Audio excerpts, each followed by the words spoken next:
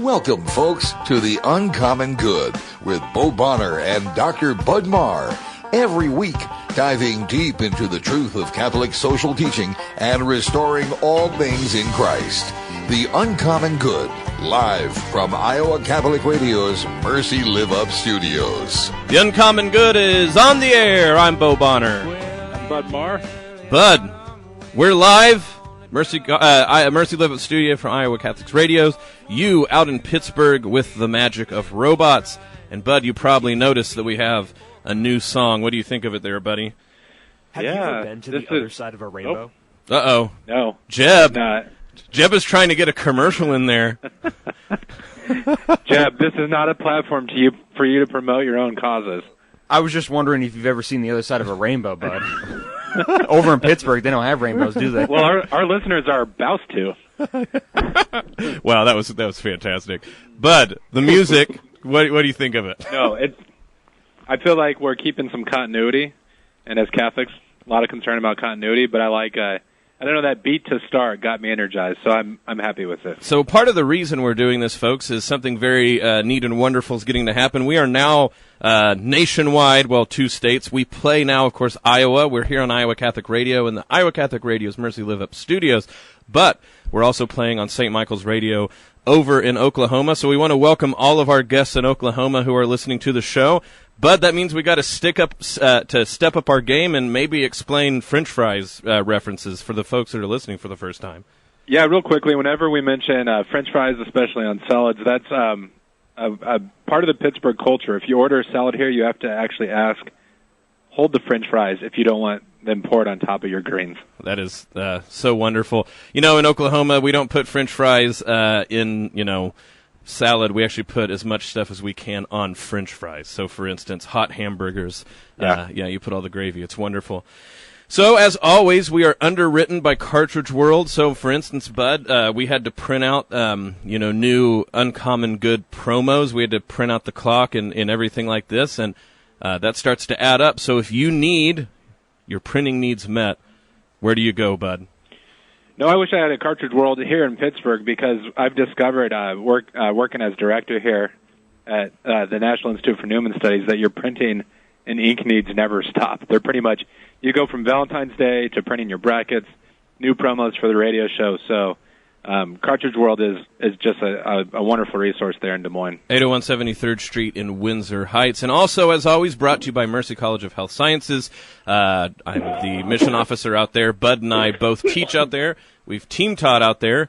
And, we're getting ready, Bud, that things are starting to thaw out, although it should be maybe snowing one more time. But we're approaching March, and with approaching March, there's not only the March Madness of basketball, but there's the March Madness of people thinking, what do they want to do with their lives, where do they want to go to school? And being that we're playing not only in Iowa, but elsewhere, and that we can be heard, of course, on the Internet if you listen to the podcast or online, Des Moines, a great place to come, especially if you want to train to be in the health sciences. Yeah, what's going on at Mercy these days, Bo? I know you took on 2 courses, the Servant Leadership course this semester. That's right. So our Servant Leadership, our sort of flagship course where we try to teach people who are going to work in the health sciences field that people are more than just diagnoses or bags of bone and blood, but that they're humans, they're people, they're persons made in the image of God. And what does it mean to show reverence to people when they're in these circumstances? You're going to get, of course, a healthy dose of knowledge, knowing what you should do, but you also get a healthy dose of becoming a better person, a servant leader. So we have those courses always going on, but we have wonderful things like we just had the Bishop of Des Moines come in a few weeks ago and give a faith and healing talk. That's where we talk about the intersection of faith with the reality of healthcare on the ground. We have our friend William English, who's been on the show. He's coming April 5th, so that's a Thursday at 6 o'clock coming up. Just a lot of stuff going on, and we want to thank Mercy for underwriting our show. Bud, today we have an all-star on, Dr. Matthew Umbarger, assistant professor at Newman University in Wichita. We kind of call him our Old Testament expert, whether he likes that or not. And we're going to be talking about archaeology. What does it mean to study ancient peoples, not only the Israelites, but the people who surrounded them? And what sort of things can that teach us when we're listening to God's Word in the Old Testament today? Yeah, this topic's been on my mind a lot lately. I think I mentioned a few weeks ago that I've been watching the Indiana Jones series with my oldest daughter. Yeah. And, you have to be careful sometimes what movies you show kids for a number of reasons, but one thing that they'll latch onto is they'll see a movie like Indiana Jones, and it's like, I want to be an archaeologist. Well, my mentor in undergrad was an archaeologist, and I know there's a little bit of a gap between what you see in the film, like running, dodging boulders and stuff like that, Right. and what archaeologists really do. But I haven't tried to squelch this for Madeline, because I do know from my time working with Dr. Vila that, like you said, it can be really important work, a different kind of work than you see in the movies, but one that really helps us to gain a better vision of life in Scripture, and therefore like a better understanding of God's work in the world. Yeah, so we should really warn people there will not be like a 15-minute interlude on the use of bullwhips in archaeology. We're going to have to smash that down here at the beginning, that you don't whip a lot of things, you don't swing from stuff. And that's probably good, because actually most of the archaeologists that I know seem to have rather brittle bones, and that would not work out. But I'm with you that if there's one thing, and especially if you ever talk to archaeology majors, they have loads of problems with Indiana Jones, but I'm always like, simmer down, because at least archaeologists were portrayed as really cool. I wanted to be a meteorologist, and then that horrible movie Twister came out, and it was... Don't get Oklahomans started on Twister, bud. Well, knowing Matthew as a friend, does he wear a snappy hat and sort of like the bomber pilot jacket? Well, bud, we're getting ready to go to a break, but you know what? I think that will be the first question out of the break. We'll ask what sort of clothing does Matthew wear. So stick around. This is The Uncommon Good. We'll be back with Dr. Matthew Umbarger. Folks, if you want to interact with the show, we're always welcome to the text line, 515-223-1150, 515-223-1150. You can text in and ask us questions, for instance, about whips, snappy hats. What does archaeology actually consist of? Or just like, Bo, who do you think you are? Bud, why? Let's learn more about French fries. There's all sorts of things that you can ask. 515-223-1150. The text will magically appear through the miracle of robot technology. I will see it on the screen, and if it is not, if it won't hurt Jeb's feelings, we will talk about it on air. So, if you have in mind something that you would like to ask, 515-223-1150. We're always looking to interact with listeners on the show. This is The Uncommon Good. We're going to pay some bills. We'll be back here in a moment. Have you ever been to the other side of a rainbow? You may not find a pot of gold, but I'll tell you what you can find.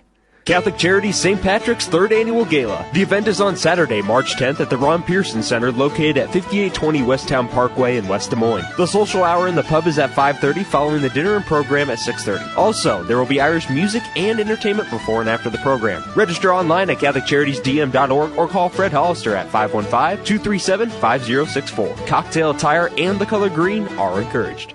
Man up. Welcome back to the show, fellas. I know, it's been a while.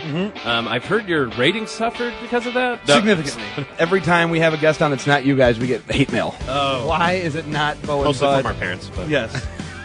Who are constitute about 50% of our listening audience some days. All right. Do you know what time it is? It's time to man up with Joe Stopulus and Father Zach Kotsky. Monday mornings at 9. R&R Realty is letting others see Jesus Christ at work through uplifting programs like Man Up, here on Iowa Catholic Radio.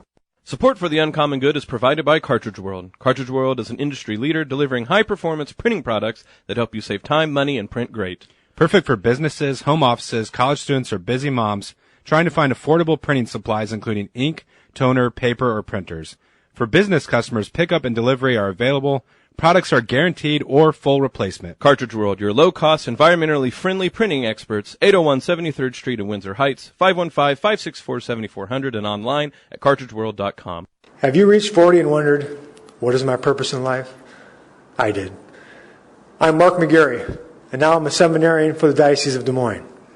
There was always this feeling that God wanted me for His purpose, and it took me a little longer to figure that out. Exploring the priesthood is the best thing I've ever done. And God willing, I will be ordained to that same priesthood. If you want to explore vocation to the priesthood, call Father Ross Parker at 515-237-5050.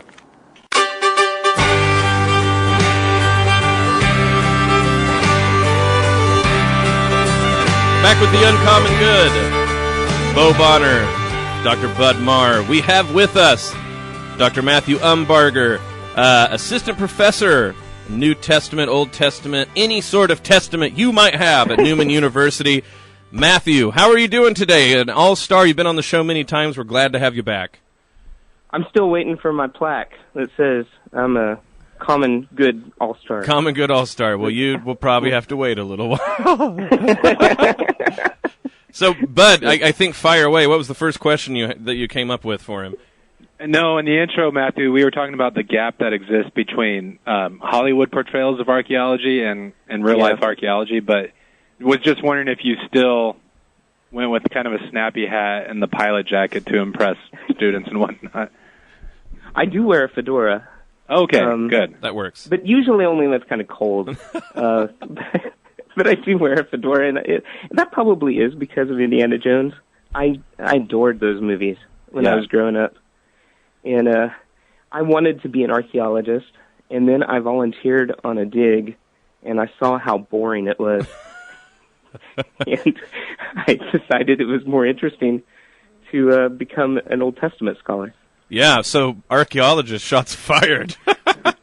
learning Ugaritic is actually more exciting than your job. No, actually, what's funny is you watch Indiana Jones and you're like, man, I'm really going to have to learn like what rocks approximately weigh like certain artifacts, or otherwise it's going to be bad news, and it never really comes up. It never really comes up. No, but more seriously, I actually think this is a good introduction to what we're trying to say. Is there's a lot of understandings about what archaeology is and what it does, and particularly, it seems to me every month or so, someone comes up and goes, well, I was talking with an atheist and an agnostic or whomever, and they saw this blank archaeological find, and they said this disproves what, this, that, or the other about the faith. So what do you say about that? And it's always sort of funny, right, because archaeological digs, I mean, that's always its own thing, because if you've ever actually seen, like, a text they've discovered, it's like 1-inch by 2-inch fragments sort of deal, right? Generally speaking. Yeah, but so I think people have an idea about what's going on when there's an archaeological find. You like you said, you were on a dig once. You've been to Israel. You lived there. Do you mind filling in people about like what maybe actually, when we say that there's some sort of advance or find in archaeology, what is it that's actually going on? Well, most of archaeology is just going to an ancient site of civilization and digging a hole carefully so that you don't disturb artifacts that are under the surface. And so carefully and systematically digging a hole. Usually it's measured off in a kind of a square or something, and then sifting through the material that is dug out of the hole, looking for potsherds or coins or any of that kind of material. My wife has a really cool grinding stone that some ancient Canaanite woman used at Khirbet el-Makadar way back thousands of years ago, that sort of thing. But and then after we amass these like piles, we're talking about people's broken dishes, and we'll have piles and piles of those, and then they sort them and try to find, by looking at the pottery, evidence of the age of the site, and that is what I would say 90% of archaeology is just trying to figure out when did people live at this location, and hopefully to determine like what people group they belong to and such as that. Hardly ever do we find a dramatic find like a text. That's the gold mine. If you find a text, which could be, I mean, very rarely is it like a scroll or something, but maybe usually like a potsherd or a clay tablet that has been either etched upon or maybe written upon with ink, and those are very, very rare finds, and those are really great treasures. But and when something like that is found, that's usually when the most dramatic changes in our understanding of culture and history come about, is when we find those very rare finds. Matthew, this reaches back to something that you commented about at the beginning of the interview, and sort of joking about when you first experienced archaeology on the ground. It was a little bit more boring than what you had envisioned. I had a mentor in undergrad who he travels to Jordan each year for digs, and when he introduced the topic to the class, he did get a lot of students interested, but he started sort of like with sediment layers. I was like, really, this is what this is about? Could you talk about, like, in your journey, like the ups and downs, what kind of kept you going? Was there an experience or a find where you're like, wow, this is really valuable and neat? Well, like I said, I decided that archaeology was not for me. So I've only volunteered on one dig. I'm really unqualified to talk about archaeology at all. Good. I'm glad that we get the cutting edge people on to talk about these. That's right. No, I really. So, what I am, I think, qualified to talk about is how Bible scholars try to use archaeology, and also the other side of that is what sometimes happens, like where digs are decided to be conducted, or the way archaeological sites are interpreted sometimes from the text. And so what happened is that archaeology developed as a science back in the, really the first real archaeological digs were done in the 19th century. And that was at the same time, and it was being done mostly by Germans, continental Europeans, who were under the sway of higher critical readings of the scriptures.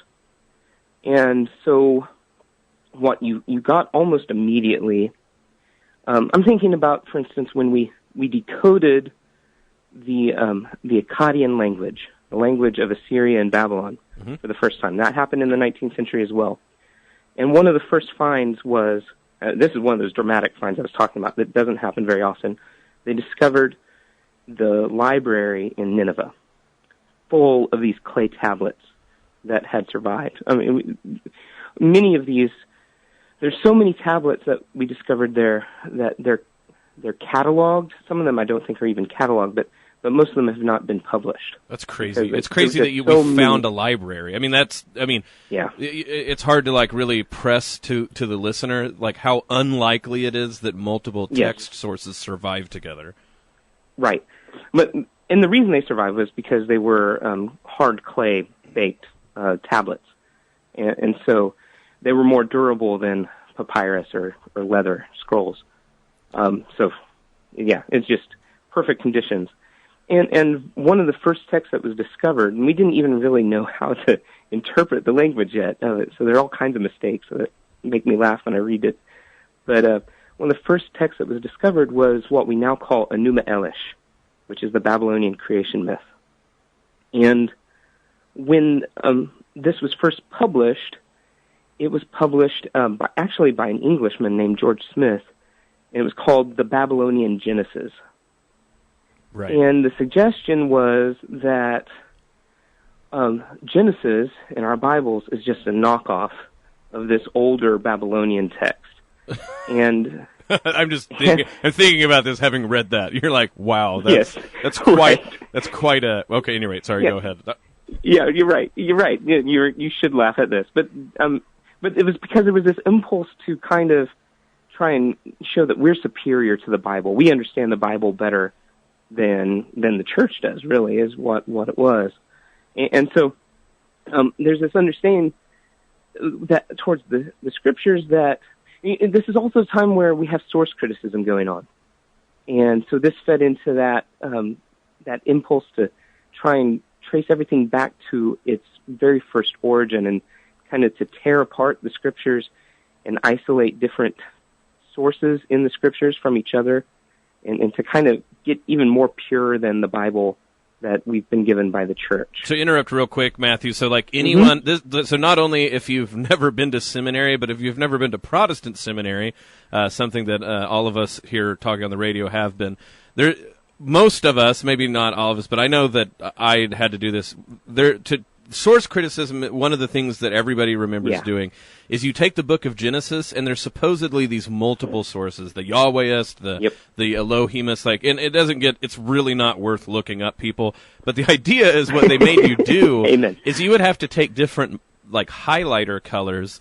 And if you learned how to do this right, you yourself were supposed to pick apart books of the Old Testament and decide Right. which sources they come from, based on what I would really, shots fired, say we're not necessarily scientific, criteria, but it was sort of accepted that this school would have spoke this way and this one would have spoke this way, and I only throw that out because I think sometimes people do run into these arguments. Right. They'll come to me and they'll be like, I heard Genesis was written by 5 people.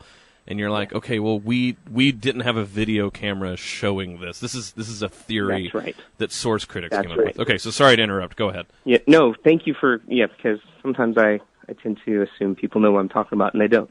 And this is not just a theory that, it's not like this went away once we got into the 20th century. I have on my bookshelf here a book by Richard Elliott Friedman, The Hidden Book in the Bible, The Discovery of the First Prose Masterpiece.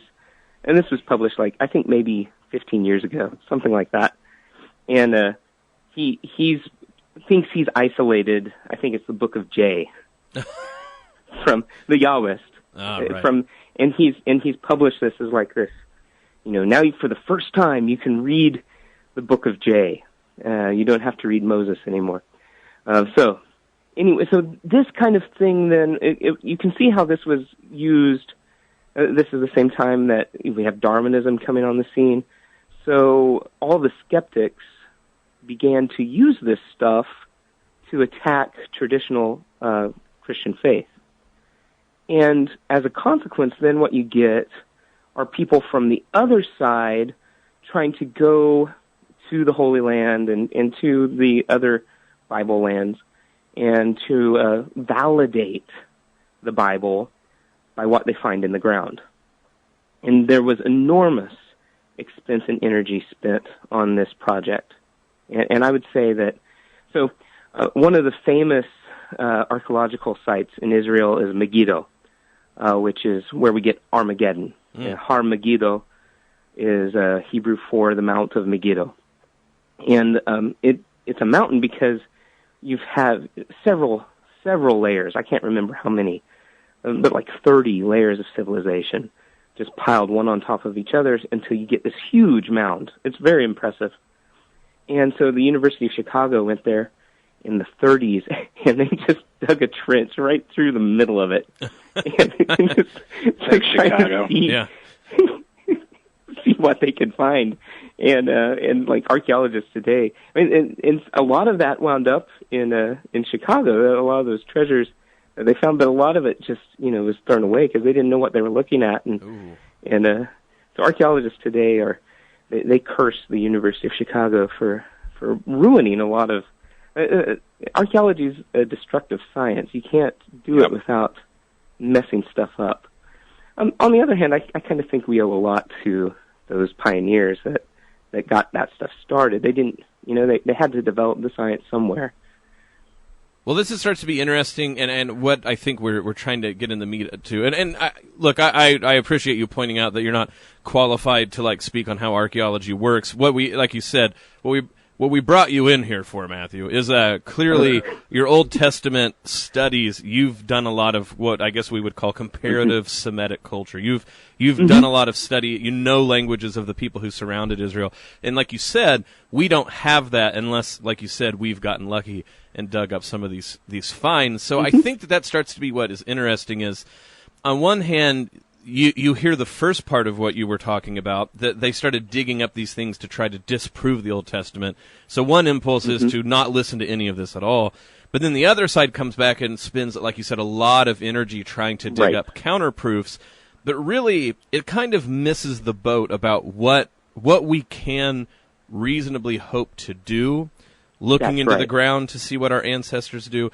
What does it mean? What can we learn about the people Israel by understanding the people surrounding them? And a lot of it has to be just, it comes down to being reasonable and humble about our capacity to know the past. And I mean, maybe that's something to start off with. Absolutely. So I just saw something the other day. It was a different kind of apologetic presentation. Somebody saying that science validates the Catholic faith. And it just makes me cringe. Because faith isn't just a series of propositions that you can prove or disprove. It's more nuanced and complicated. But again, I don't know how many times, just last week I think it was, I saw something that came across one of my Catholic Facebook feeds, and they were saying, Sodom has been discovered in Jordan. And what it is, they found, it's called Tel El Hammam in Jordan. It's on the northern, it's not in the right place even, if you read the biblical account, but people want to prove the Bible true so badly that they're willing to, like, mess with stuff to make it work. And so they found this site that has some of the burn layers in this site reach incredible temperatures, and so they're saying, well, that must be fire and brimstone. But there are other explanations, and what the danger in that is when somebody goes to this, another archaeologist goes to a site like that, and they find evidence that this is not Sodom, which I think they will, then they can come back and say, we've proven that Sodom has not been found, which can be used against the faith. You know what I'm saying? Oh yeah, no, I think that makes a lot of sense. So we have to be careful and cautious, and the other thing is this whole notion of biblical archaeology. It's an interesting term, biblical archaeology. What is the purpose of archaeology? Is it to validate or to disprove the Bible, or is it kind of an objective science that is just digging in the ground trying to find information, and then we can bring that information and apply it to our study of scriptures and of ancient civilizations, but kind of going in there with this ideological aim makes the science itself questionable. Yep, Matthew. Bo kind of touched on this point already, but it sounds like a lot of this in the development of the field, it ties into like how we read Scripture, and coming from an evangelical background, you're right that like some really got jazzed up about archaeology because it's like, well, we can prove or disprove a historical fact. I'm kind of curious, as someone who's taught and taught the Scriptures, how do you ease your students into these conversations? I guess I'm thinking of something like, skeptics are critical scholars are pretty sure today that they can say things like, well, the Exodus is a narrative that's layered on a much more complex history, and someone who grew up in a context where it's like the Bible's either true or false, like a light switch sort of approach, like that can be really, that can be really bracing. Just like, we don't know if David exists. This is a key part of the Scriptures. Right. Well, real quick, guys, this is a real huge question that we're getting ready to go to break, so we'll re-pick that up. But in a minute, Matthew, is there a way you'd want to introduce so people can think over the break how we think about that sort of question? I think a question of like the context that our audience is in is really important. So maybe we can talk about that. All right. Yeah. Yeah. So when we meeting people where they're at.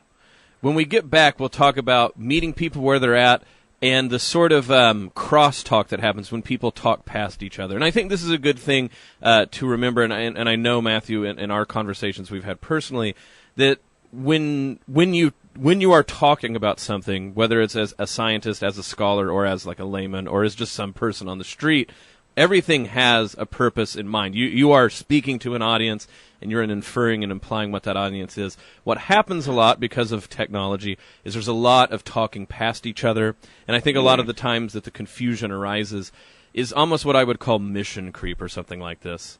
And I think when we get back from the commercials, That's where we're going to start out. We're going to say, people who are responsible for this, how do we, so to speak, keep this on mission or on task, depending on who we're talking to. So this is The Uncommon Good with Bo Bonner and Dr. Bud Marr, speaking with Dr. Matthew Umbarger. We will be back after this break. Stick around.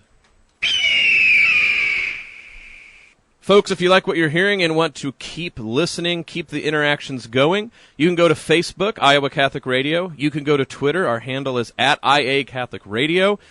Say what you want to. Again, as long as it's nice to Jeb. We really want to take care of our Jeb. Also, if you'd like to sign up for the bi-weekly e-newsletter In Tune, sent by email every other Wednesday, complete, easy-to-navigate source for station headlines, event registration, program highlights, and more.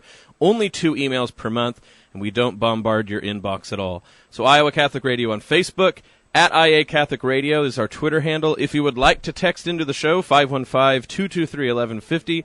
That is 515-223-1150. We'd love to get your input, answer questions. And like I said, this is just a way to keep in touch with the station and be a part of Iowa's Catholic radio station. This is The Uncommon Good. Stick around. We'll be back after these messages.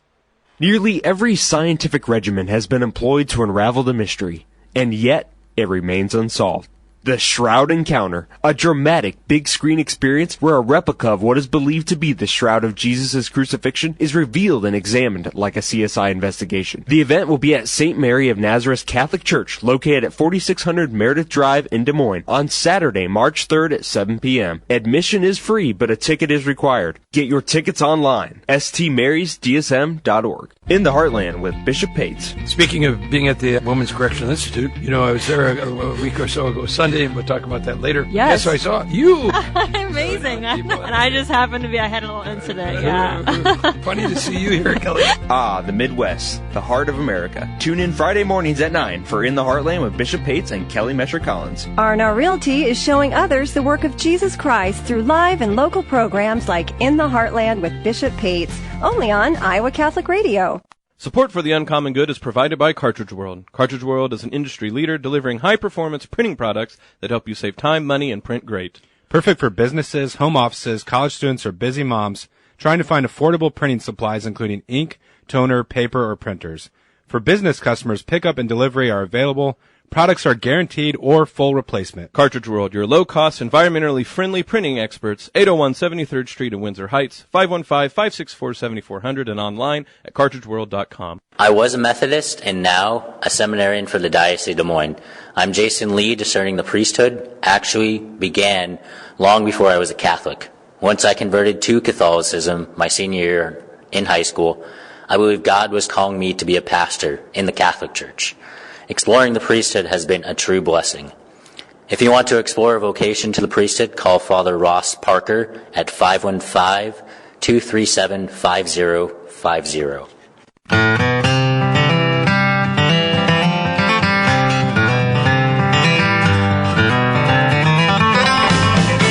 We're back with The Uncommon Good. Bo Bonner, Dr. Bud Marr. We have with us Dr. Matthew Umbarger, Newman University assistant professor in all things Bible. Matthew, thank you for joining us back at the 30-minute mark. How are you doing? I'm doing great. Thanks for having me. Yeah, guys, sorry about that. I right before the break, I kind of went into tell us how to read the Bible, Matthew, in 30 seconds. Yeah. Well, so to set that back up, it's a great question, Bud, because when we're talking about how do we teach the Bible, and but then people hear the skepticism or even just the critical methods, and we don't want to say, don't listen to those people, you only have faith. We're like, no, we're people of faith and reason.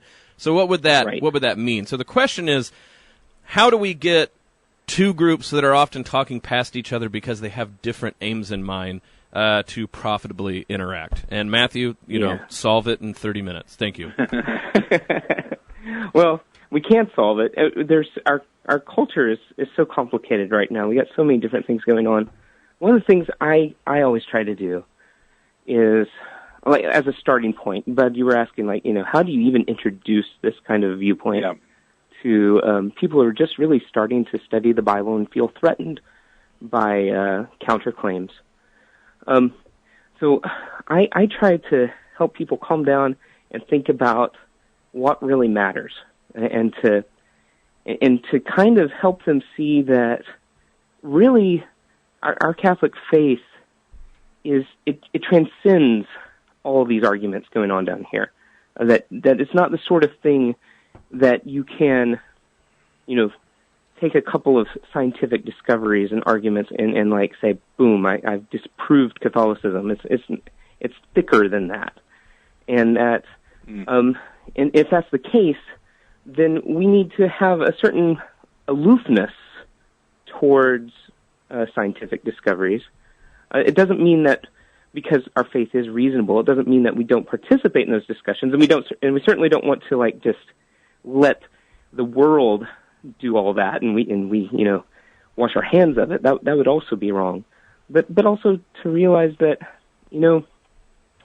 my faith is not in, let's say, the Isaiac authorship of the entire book of Isaiah. My faith is in Jesus. There's an example, right? So if somebody says they've proved, and I think there's a lot of evidence that this is the case, that the prophet Isaiah didn't write the entire book of Isaiah, there's no reason that should really destroy my faith, because that's not really what my faith consists of. I think another way to put this is the joke in Oklahoma was always, if you don't like the weather, wait 15 minutes and then something else will happen. Yes. That's certainly the case when it comes to academia, and especially in fields like Yes. this. The devastating argument that, like, when we were all approximating school, so like the early 2000s, many of those are considered in the dustbin already. Like, there's books that came out when we were all in school that people were like, oh, this will shake up the field, that people are like, oh, yeah, that's in the $5 bin now. So you're right. So I think when you aloofness, or like the divine apatheia, so not that we're apathetic, but that, like, we let this stuff bounce off our skin, because certainly the field itself, it's ready to focus on the next squirrel that distracts it. Yeah, that's right. And our faith doesn't adjust to that evidence. Our faith is the same faith that the church had 2,000 years ago. And these discoveries don't change. They might help us understand and appreciate aspects of our faith better, but they don't change it. Yeah, there was a quote from John Paul II several years back where I think some of his advisors were saying, like, Holy Father, don't touch on kind of the rougher edges of church history because it might shake people's faith. And he said the church has nothing to fear from historical investigation. Amen. But I feel like the same thing applies to biblical studies, where the key is not really what argument you're engaging, but the kind of foundational commitments that you bring to the argument. So, I mean, God be praised, the person who introduced me to critical investigations of the Scripture, he had a sound faith, and so he thought if I bring students along at the right pace, and with an understanding that this doesn't ultimately challenge, like, our core convictions, I mean, ironically, I looked back to something like the documentary hypothesis for the first 5 books of Scripture, and this idea that there's different sources interwoven, and that helped me to see things like, our authors craft their narrative in such a way to highlight important theological truths, and I began to realize that some of the questions that I had been taught to bring to the table, like how specifically old the earth is, in a way obscured, it kind of blinded me to what God was actually trying to communicate through the Scriptures. Amen. Yes, absolutely. That's exactly what I'm talking about. Yeah, as long as we recognize that the Holy Spirit, He's directing that entire process. Yeah. From those first sources being authored, whatever those might be, we can't recover them, but into the editing and up until we get a canon, He's there directing that whole process. So absolutely. The problem is that there are a lot of scholars, even who claim to be working in the context of faith, that like to push the boundaries. Right. Because that's how you get published. and so that's the problem, is everyone has encountered that guy, that arrogance where No one name names right now. No one name names. Well, I'm sure we're thinking of him. Yeah. All three of us on this interview have probably considered the Bart Ehrman route of making some money. Yeah. Because you can take these ideas that are pretty basic to like historical investigation and really, like you're saying, shake people's faith. And that's one way where I think those of us who are practicing the faith, we can push back charitably against some scholarship and say, like, Matthew, you brought up the book where the reconstruction was one of the sources, and this happens with the Gospels. Like, now we've got the Q document, and you can go into Barnes & Noble. Does Barnes & Noble still exist? Yes. One of those stores. Yeah. And find, like, oh, this is a source that the Gospel writers use. And in a sense, that's missing the point the other direction. Well, yeah, Absolutely. and I forget where we were at. I think we were at one of the Catholic Culture lecture series. I think that just happened, and people were bringing this up about Bart Ehrman, and it's hard to make this point. I think, Matthew, you'd agree with this, is on one hand, a lot of his early work he did was really good work. Scholarly work, right? Well. And really important. And like you said, Bud, he figured out a way that you can, like, make a lot of coin, making a lot out of stuff anybody who studies that knows. Right. But you sound so arrogant when Forged. you're like, yeah, right. You're telling people, you're like, guys, actually everything he says is like Irenaeus of Lyon probably knew it. You know what I mean? Absolutely. Yeah, and that's kind of hard to, because people then sound like you're being flippant or something. Yeah. So we're always leaning towards sensationalism, and the problem is I see it happening also among apologists. Sometimes do the same thing. Amen. And so we have to be, I think, just reminding everyone to be sober and keep their wits about them. And one of the most helpful things that I learned when I was in Israel, Ben Gurion University was interesting because the university forced the archaeologists and the Bible scholars to be in the same department. And the archaeologists hated it. But so there were a lot of discussions about the things we're talking about today. And one of the things I remember was one of my professors, Mayor Gruber, who was actually ordained as a rabbi. He said, archaeology cannot prove Scripture. It cannot tell us what happened when, and it cannot, but archaeology, and that's not the role of archaeology.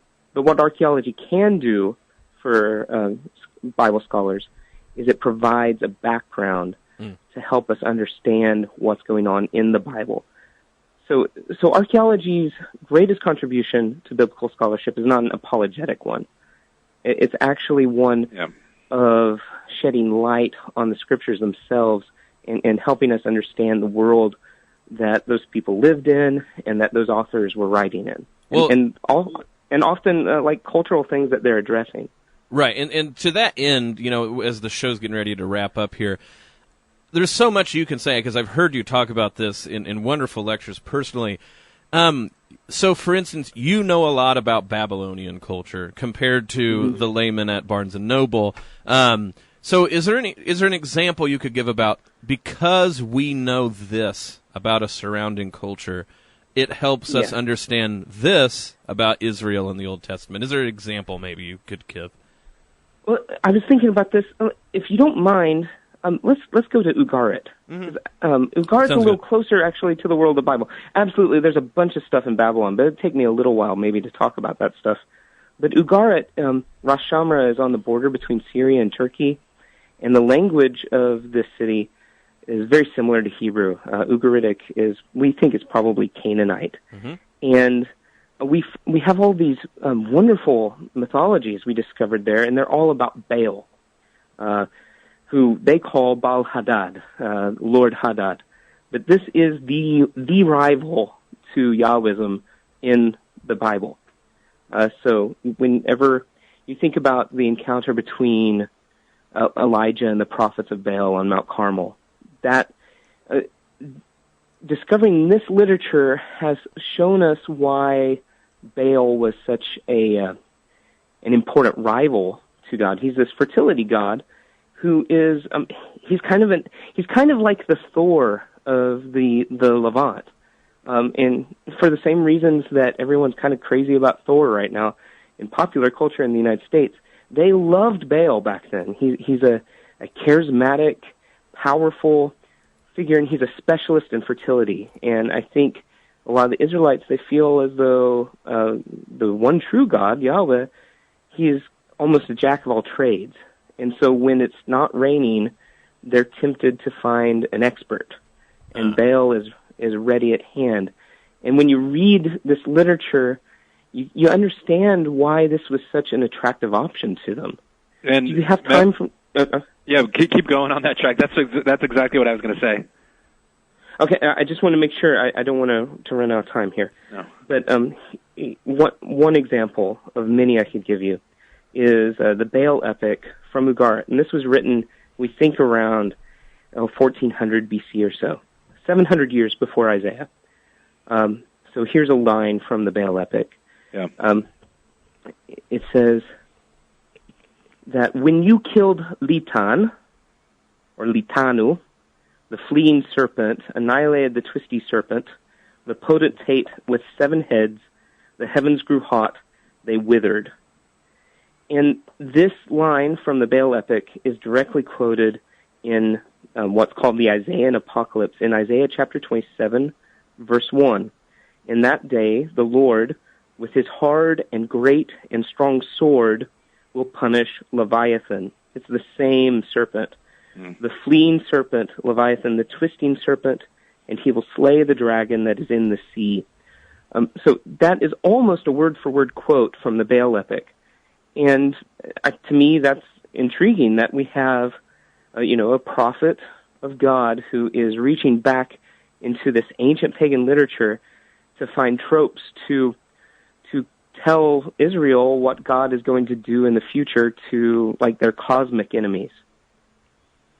Well, when you were talking there, Matthew, it kind of brings me back to the point about, like, when we're talking about responsible use of sources, that applies not only to the Bible, but to these comparative texts. And I was exposed to in undergrad to, like, Babylonian creation myths, and I think there's temptations in opposite directions where someone who's, like, of a more skeptical bent will say, like, oh, look, the Israelites stole their ideas kind of from the Babylonians and then tweak them. And then in reverse, the temptation is to try to, like, disprove that idea. But what I begin to see is that you look at some of the ideas that pervaded Babylonian culture, and there is a real contrast with what the Israelites said about the true God, right? And so, like, it's not really necessarily like a historical context. There's some real learning in the kind of interactions that you can see between cultures. Yeah. Well, I think one way to put this too, like, and we'll let you continue, Matthew, is that we will act like the Bible happened in a vacuum. And then when we find out that other cultures, there's, like, resonances, we go, oh, there must have been stealing or just adaptation. And you're like, actually, today, we will not change the message, but we will make our message resonate with cultural competitors. And so we'll say things like, oh, well, you think that you'll be happy with, the entertainment, but, so we do that ourselves. We will, so to speak, plunder the Egyptians, like that, to use that idea, to make our point. So why wouldn't Israel do the same with, like you said, surrounding competitors? That's exactly what they're doing. They're plundering all of their neighbors. They're plundering the Egyptians. And they had this very rich and vivid mythology ready at hand. And sometimes they just switch the names. But always, when you read, because here's the other thing, when you read Ugaritic literature, Baal doesn't always behave nicely. And especially the father of the gods, who's actually the same as El, which is the name for God in Hebrew. So Elu, like, there's a story where he has this drunken beer party where he winds up crawling on all fours like a dog and stuff. And you don't have the God of the Bible acting like that. So they'll borrow the transcendent imagery, and yet there's always this clear distinction between the God of Israel and the gods of the nations. When it's useful for them, they'll use it, but they use it, they appropriate it in a careful and responsible way. So I think that does need to be said. One of the things I heard when I was in Bible college, because we were aware even back then that, look, it's obvious that there are parallels between, let's say, the creation account in Genesis and the Babylonian creation account. You cannot deny that there are parallels. So they used to try and tell us that, well, it's actually the other way around, that the Babylonians copied the Jewish creation story during the Babylonian exile. And it doesn't stand to reason. I mean, there's all kinds of problems with that idea, but it doesn't need to threaten us that the Jewish people actually did riff on the Babylonian creation myth a little. But it's not a knockoff either. When you read the two, you see that the creation story in Genesis is saying something far loftier and more transcendent. Even if it uses some of the same language, it says something more beautiful. Well, and I think that people... I like the point you made. I didn't even think about this. That if we don't take seriously why Israel was tempted by other competitors, we're going to miss the appeal that Yahweh was making to his people. This is the same perpetual problem. If you just say, like, oh, those people leaving the church in droves now, hey, guys, aren't they dumb or silly? You're abdicating your responsibility as someone who needs to go, why? Why do people think that they'll be happier elsewhere? And so if you just make it that, like, you know, people who follow Baal are stupid, you'll miss the point about, like, no, there was something they were going to search for.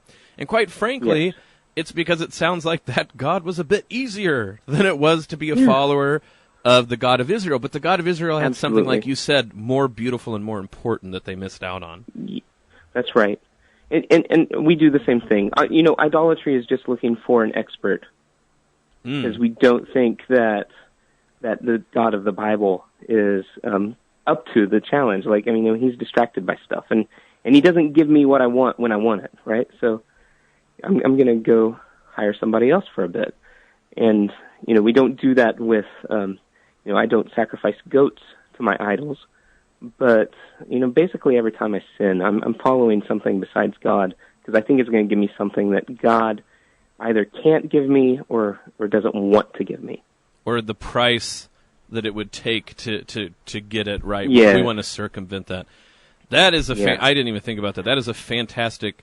So, yeah, I think that this is exactly proof in the pudding of what we were talking about, Matthew. It's a perfect way to end what we've been talking about today, that looking around the culture without trying to prove or disprove, or like you said, have these sort of heated debates, but to say what is the context that can give us insight. What a beautiful way to point this out. Well, Matthew, like you said, like we've always said, it's beautiful to have you on the show. It's wonderful to have you back. Thank you so much for coming on and letting us ask you about your secret Indiana Jones dreams as a child and how you surpassed them and put on the fedora of Old Testament studies instead. I'm going to have to get myself a bullwhip, though. Yeah. Where do you get those? I don't know. Bullwhips are us. The bullwhip, yeah, okay. Well, you get that bullwhip. We'll have you back on, and we will have like a 5-minute segment with just you making the whipping sound in the background. It's a deal. Sounds Thanks, Matthew. As long as we have that screaming eagle going on, too. Wait, don't worry. That will always be whipping there. An eagle? Yeah, the FCC, like, they're whipping an eagle. On that note, Dr. Matthew Umbarger, Assistant Professor, Newman University, thank you so much for being on. God bless, Matthew. Bless you. Thank you very much. Thanks. Bye. So, Bo, real quick on that point, my sisters went on a mission trip to Mexico when they were younger. Uh-huh. And at the street markets, like, that was always a big part of the trip to, like, go down to the market. They came back with a bullwhip and gave it to me and my brothers. Like, that was the gift from the trip, which is, like, a horrible gift to give, like, 12-year-old boys. Oh, yeah. There was some legendary stories, and eventually my dad got a hold of it. But on that note, this is the Uncommon Good. Hit the eagle, Jib. Oh, I don't know how we're going to recover from that one, bud. That's great. I'm kind of ending like hard breaks with these epic, where you have nowhere else to go. So. Yeah, so I know where else you can go, bud. You can go to Iowa Catholic Men's Conference, Faith for the Journey, We don't have eagles or bullwhips lined up yet, although I am talking to the person organizing it later today, so who knows? That might be a raffle ticket idea. Yeah, raffle a bullwhip. Building Missionary Disciples, Saturday, March 10th, 8 a.m. to 3:30 p.m., St. Francis of Assisi Church in West Des Moines. We have nationwide people like Dr. Alan Hunt of Dynamic Catholic, Trent Horn of Catholic Answers, and then just some dude named Bo Bonner hosting it. Also, the Catholic Lecture Series, we just got done having another one. Katie Patrizio on February 24th gave a fantastic talk on modern intellectualism and Christianity. And supposedly her and I's talk will eventually be online. Bud, the next one's you, buddy, March 24th. Yeah, talking about the Second Vatican Council and continuing to engage that, the most recent ecumenical council in the church. So it should be hopefully a fun conversation. And you can keep being part of the station. We have Rosary every day at 9:30 in the morning. Every day at 5 we have Read Through the Bible in a Year, Bible in a Year. And then you're a part of the mission of this station just by listening to it, but also if you feel called, you can join our mission by donating to us. We are a nonprofit. This has been The Uncommon Good for Bud Marr. I'm Bo Bonner. May Jesus Christ, the Prince of Peace, reign in our hearts, in our families, in our cities, our state, the entire nation, and the entire world. This is The Uncommon Good. God bless. We will talk to you next Wednesday. The Uncommon Good with Bo Bonner and Dr. Bud Marr is heard every week on wonderful Catholic stations like this one, and anytime on podcast. Just search for The Uncommon Good.